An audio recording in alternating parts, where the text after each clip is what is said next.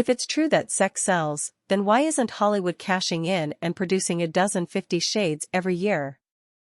Much has been written about 50 Shades of Grey and the surprising cultural impact it's had since exploding onto the scene, after originating as Twilight fanfiction, no less. The series has been credited with the mainstreaming of dominant/submissive relationships, although much of that has also been criticized by BDSM enthusiasts, among other groups. Its transfer from page to screen was inevitable, even though mainstream Hollywood fare has tended to avoid explicitly sexual content and themes. Even though 50 Shades is ostensibly rather tame in its take on kink, its honest adaptation to film would have expected the strictest rating the MPAA can bestow, an NC-17, and yet, it was rated R. While some fans remained pleased with what both films offered, critics were more discerning and questioned the lack of real eroticism on display, which featured some nudity but nothing close to truly transgressive. Playlist called 50 Shades Darker monotonously dreary, everlastingly humdrum BDSM fanfiction, while Consequence of Sound commented on its near-total lack of sex appeal. Whatever problems the 50 Shades series has, and there are too many to count, its inability to properly explore its central sexual relationship is a continuation of Hollywood's long and complicated history with sex. In the silent era of film, sex, as it does today, sold. Some of the earliest examples of sex on film were erotic in nature, such as the 1915 film A Fool There Was, starring Hollywood's first marketed sex symbol Theda Bara as an evil temptress and homewrecker. Nudity was relatively commonplace, even in more prestige efforts like D.W. Griffith's epic, Intolerance. By the time Hollywood had become a major economic and cultural force in the 1920s, public controversy began to swell. After complaints from religious and political groups about several of these lurid films, as well as a variety of off-screen scandals like the alleged rape of Virginia Rappe by comedian Fatty Arbuckle, the Motion Picture Production Code came into effect to keep the pictures clean. Amongst desecration of the American flag, crude language, and white slavery, depictions of nudity were considered no-go areas, while excessive or lustful kissing was also heavily censored. Sex wasn't just kept off the screen. The mere suggestion of it outside of the boundaries of what was considered morally ethical became something to actively discourage. Suggestions of extramarital affairs were often cut or changed to condemn the activity. Famously, the classic film Casablanca faced objections from the code to its depiction of Rick and Elsa's affair.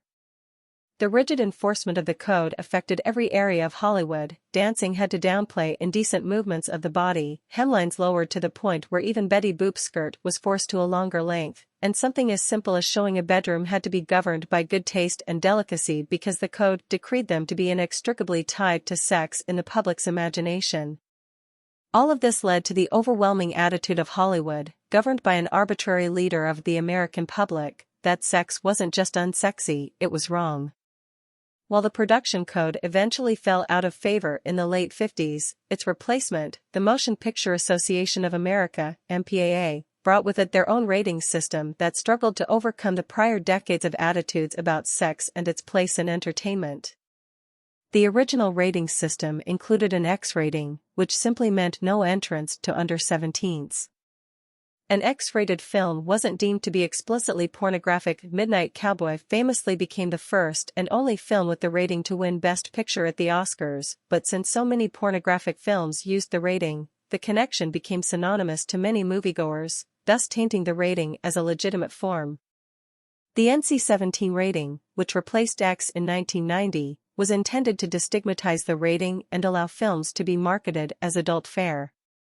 Yet those films that bear the rating from Showgirls to Blue is the Warmest Color carry this stigma, and with it lose out on mainstream advertising and distribution. When sex of reasonably explicit nature is shown, or even talked about, as was the case with the John Waters film A Dirty Shame, it is immediately slapped with a rating that makes it impossible to sell to wider audiences, thus essentially killing its chances at the box office. All of this history helps us understand why modern films, at least those made by mainstream studios for a wide audience, are so stripped of eroticism. While Hollywood has mostly retired romance films and its ilk to the sidelines in favor of franchises, even a safe bet like 50 Shades of Grey, based on one of the biggest-selling series of books ever written, has to soften its edges and desexualize the very act of sex to appease a broken system. Films cannot take on sex in its complicated, strange, beautiful multitudes in a way that rings true, or genuinely sexy, because to do so would kill the film's box office's chances before they've even started. As a result, changes were made. Even adaptations of erotica, such as Anne Rice's Exit to Eden, took a more comedic approach to the material rather than play it as intended. Sex could be funny, but it couldn't be sexy. In many ways, sex has become entirely divorced from passion in cinema. Nudity can be depicted as funny and receive a milder rating than when the act gets sexual.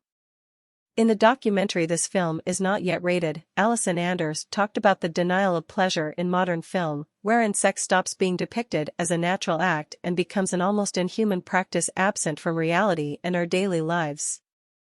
Jason Biggs using the eponymous American Pie for a moment of self-satisfaction is deemed worthy of an R rating, whereas a scene of Michelle Williams receiving oral sex from Ryan Gosling in Blue Valentine saw the film slapped with an NC-17, it was later changed to an R upon appeal from Harvey Weinstein. This stigma of Hollywood is at its most insidious when it comes to scenes of LGBTQ sexual content.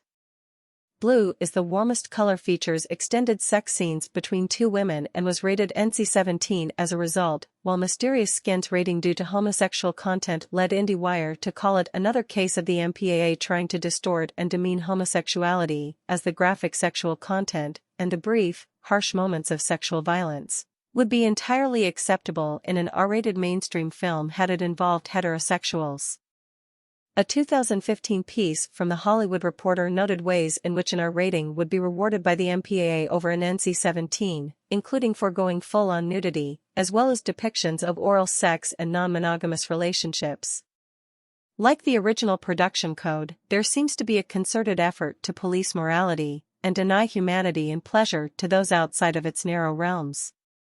As film distribution changes and television evolves with form and outlet, sex has had its moments of true sexiness, just not in major studio fare. Outlander has been praised by critics for its passionate depiction of its central relationship and the ways they use sex to explore their love. The works of Pedro Almodóvar have seldom shied away from depicting the act in various forms. Todd Haynes' wonderful drama Carol embraced its central female pair's explicitly sexual relationship, although it was also a box office disappointment and missed out on major Oscar nominations. When not concerned with appeasing an outdated model of supposed decency, creators' ability to truly explore sex and sexuality becomes easier and more satisfying. As long as cinema is forced to adhere to decades of ideas about sex and its ties, tangible or otherwise, to morality, stories about sex will remain difficult to truly tell in a way that feels true as well as sexy.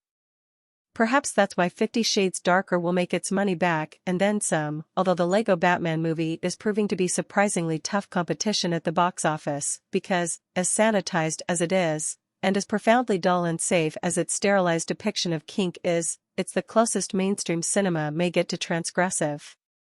Sex sells, but the market seems unwilling to provide the product.